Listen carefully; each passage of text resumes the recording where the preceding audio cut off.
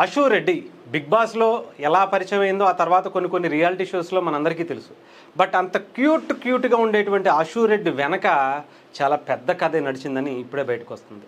దాదాపు 9,35,00,000 రూపాయలు తన కొడుకుని మోసం చేసి మొత్తం లాగేసింది అని చెప్పి ఒక తండ్రి బయటకు వచ్చి ఈరోజు కేసు పెట్టడం జరిగింది. ధర్మేందర్ అనే ఒక సాఫ్ట్వేర్ ఇంజనీర్ 2018లోనే అశు రెడ్డికి పరిచయం అయ్యారట. లండన్లో తన సాఫ్ట్వేర్ ఉద్యోగం చేసుకుంటున్నారట.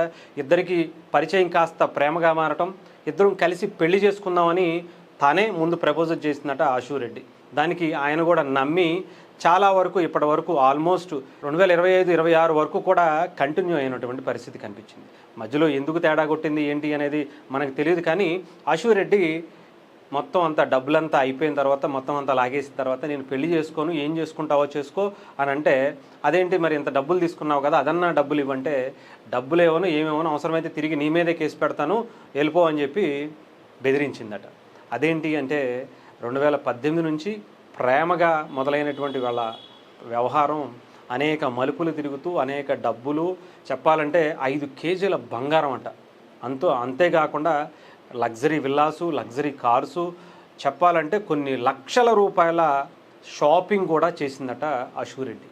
దీనికి సంబంధించి ఏదో నోటి మాటలే కాకుండా ఆ మొత్తం 6.9 అంటే 6.9 కోట్ల రూపాయలకి సంబంధించినటువంటి స్టేట్మెంట్, బ్యాంక్ స్టేట్మెంట్ ఆమెకి ట్రాన్స్ఫర్ చేసినటువంటి కూడా ఈరోజు ఆ ధర్మేందర్ తండ్రి గారు సిసిఎస్ పోలీసులకు ఇచ్చినటువంటి పరిస్థితి కనిపించింది. అంతేకాదు మీడియా కూడా రిలీజ్ చేశారు. చాలా క్లియర్గా అశు రెడ్డికి మొత్తం దాదాపు 9.35 లక్షల రూపాయలు ఇప్పటికే ట్రాన్స్ఫర్ చేసినట్టుగా, క్యాష్ రూపంలో కావచ్చు, అటు క్రెడిట్ కార్డ్ రూపంలో కావచ్చు, లేదంటే షాపింగ్స్ రూపంలో కావచ్చు, అనేక రూపంలో luxury villas, luxury cars, flight tickets, ఇవే కాకుండా ఆఖరికి అశు రెడ్డి అక్క దివ్యారెడ్డికి కూడా దాదాపు 50 లక్షల రూపాయలు తీసుకున్నారట.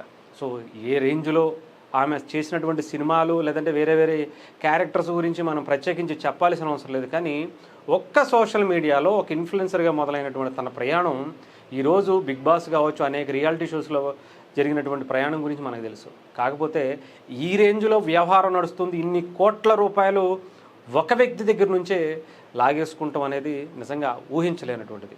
ఇంకో ట్విస్ట్ ఏంటంటే, నా కూతురు ఎటువంటి తప్పు చేయలేదు, నా కూతురు చాలా మంచిది అని అశు రెడ్డి తండ్రి ఈరోజు బయటకు వచ్చినటువంటి పరిస్థితి కనిపిస్తుంది.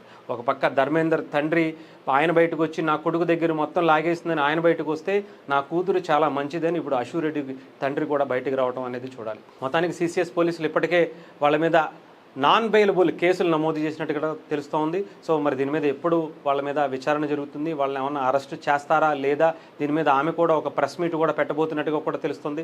మొత్తానికి ఒకవైపు కథ అయితే విన్నాం, ఇప్పుడు రెండో వైపు కథ ఇప్పుడు ఈ ప్రెస్ మీట్లో మరి అశు రెడ్డి ఏం చెబుతుంది, ఏ రకంగా ఇప్పుడు దీనికి సంబంధించి ఈ బ్యాంక్ స్టేట్మెంట్లని ఏ రకంగా మరి కవర్ చేసుకుంటుంది అనేది మనం చూడాలి.